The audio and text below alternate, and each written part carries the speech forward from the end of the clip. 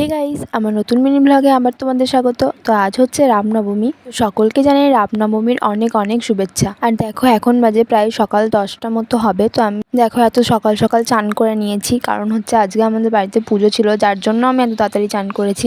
নাহলে আমি কোনোদিনই এত সকাল সকাল চান করার মেয়ে না গাইস। আমি কখনোই বেলা 2টোর আগে চান করতে পারি না।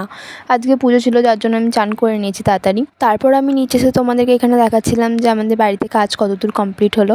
তো দেখো তারপর বাবা এনেছিল গরম গরম রসগোল্লা, কারণ মিস্ত্রিদেরকে দেওয়ার জন্য এনেছিল আর কি, যেহেতু বাড়িতে পুজো ছিল। আর এখানে মায়ের জোগাড় কতটা কমপ্লিট হয়ে গেছে আমি তোমাদেরকে সেটা দেখাচ্ছিলাম। আর তারপর দেখো ছাদে এখানে মা এই মূর্তি দুটোকে গঙ্গা জল দিয়ে স্নান করিয়ে দিয়েছিল, যার জন্য ছাদে ওখানে একটু নামানো ছিল। তো আমি সেটা একটু ভিডিও করে নিলাম। আর সকাল থেকে মা বাবা দুজনেই উপোস করেছিল পুজোর জন্য। তো আমি সেজন্য এখানে শরবত করছিলাম। আর যেহেতু মা বাবা খাবে, সাথে আমরাও খাবো, সেজন্যই অতটা করেছি। তারপর দেখো এখানে বামুন চলে এসছে। তো আজকের মতো টাটা।